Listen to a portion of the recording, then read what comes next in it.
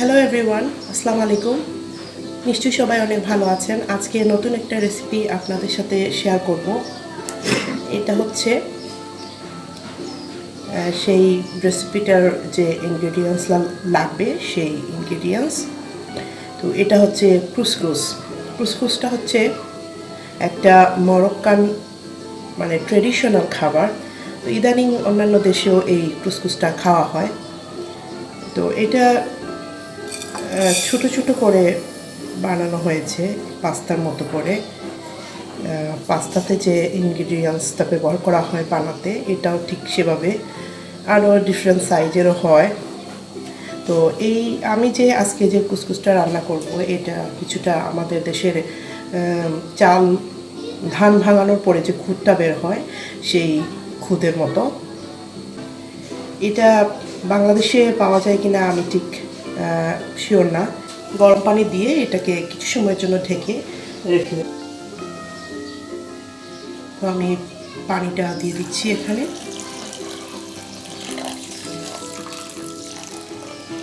যতটুকু কুসকুস আছে তার থেকে অর্ধেক পরিমাণ বেশি পানি দিলেই হবে।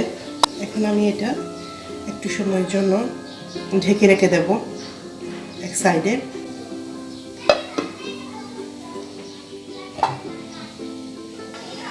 এখন আমি কুসকুসটার জন্য কিছু ভেজিটেবল রেডি করব। আমি 3টে কালারের ক্যাপসিকাম নিয়েছি। তো আগে সেই ক্যাপসিকামগুলো আমি কেটে নেব।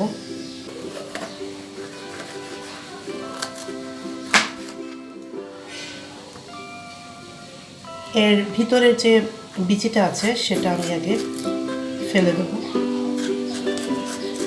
3টে কালারের ক্যাপসিকাম নেওয়ার কারণ হচ্ছে কালারটা যেন দেখতে ভালো লাগে, এটাই, আর কিছু না।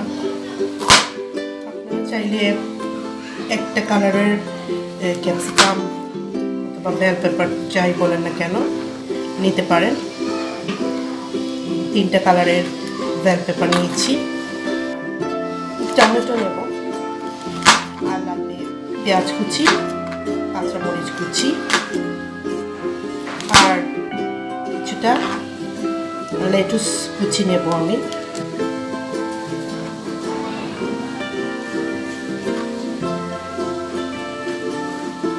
এখন আমি আমার ইয়েলো কালারের যে ক্যাপসিকামটা আছে সেটা দিচ্ছি। তো এটা দিয়ে সালাদও করা যায়।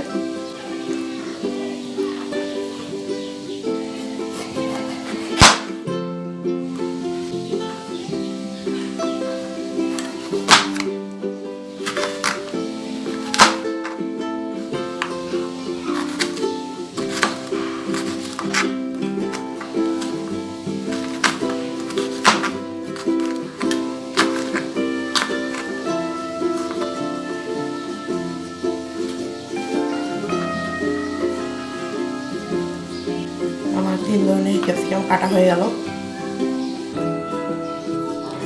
এছাড়া আমার লাগবে হচ্ছে, এটা হচ্ছে লেটুস পাতা, কাঁচামরিচ কুচি আর পেঁয়াজ কুচি। আর এটা তো আমার সেই ক্যাপসিকাম, টমেটো, আর লাগবে রসুন কুচি আর হচ্ছে আদা কুচি।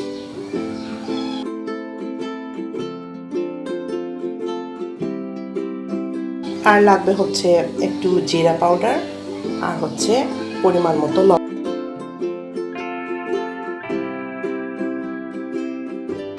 এইদিকে আমার কুসকুসটা রেডি হয়ে গেছে। দেখুন কীরকম একটু ঝরঝরে হয়ে আসছে। পরিমাণ মতো তেলটা দেব।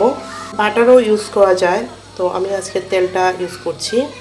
আদা কুচি, 1 চা চামচ রসুন কুচি দিয়ে দিচ্ছি। এবার আমি এর মধ্যে 1 চা চামচ জিরা পাউডারটা অ্যাড করব, আর পরিমাণ মতো লবণটা আমি এখানে দিয়ে দেব। এটাকে এগুলোর সাথে মিশিয়ে নিতে হবে।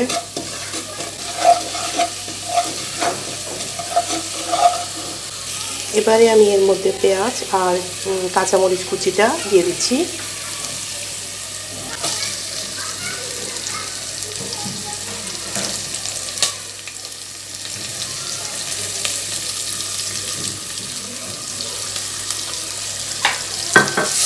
এবার এটাকে আবারও একটু নাড়াচাড়া করে পেঁয়াজটাকে একটু নরম করার জন্য একটু সময় দেব।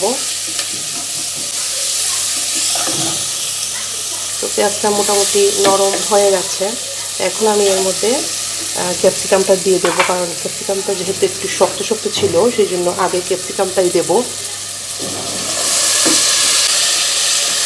এখানে হলুদ পাউডার ইউজ করার দরকার নেই, কারণ এটা তো এমনিতেই কালারফুল, আর আমার কুসকুসটা একটু ইয়েলো কালারের, সেই জন্য।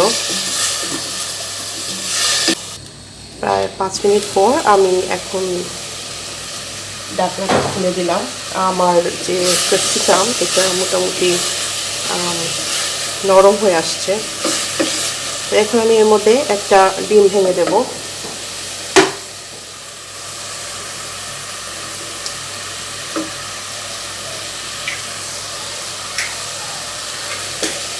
ডিমটাকে নাড়াচাড়া করে ভেঙে ক্যাপসিকামের সাথে মিশিয়ে নেব।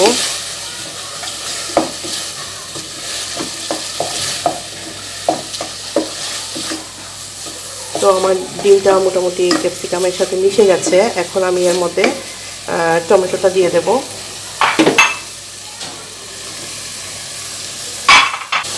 টমেটোটাও একটু নরম হবার জন্য আমি সময় দেব, আবারও ঢেকে দিয়ে দেব।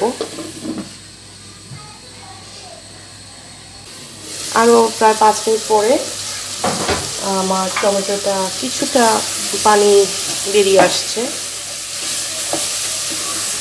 তো এখন আমি এর মধ্যে আমার কুসকুসটা দিয়ে দেব। কুসকুসটা গরম পানি দিয়ে ভিজিয়ে রাখার পর একটু সব দলা বেঁধে গিয়েছিল, তো সেটাকে আমি হাত দিয়ে এভাবে ছাড়িয়ে নিয়েছি, কড়াইতে দিয়ে দিচ্ছি।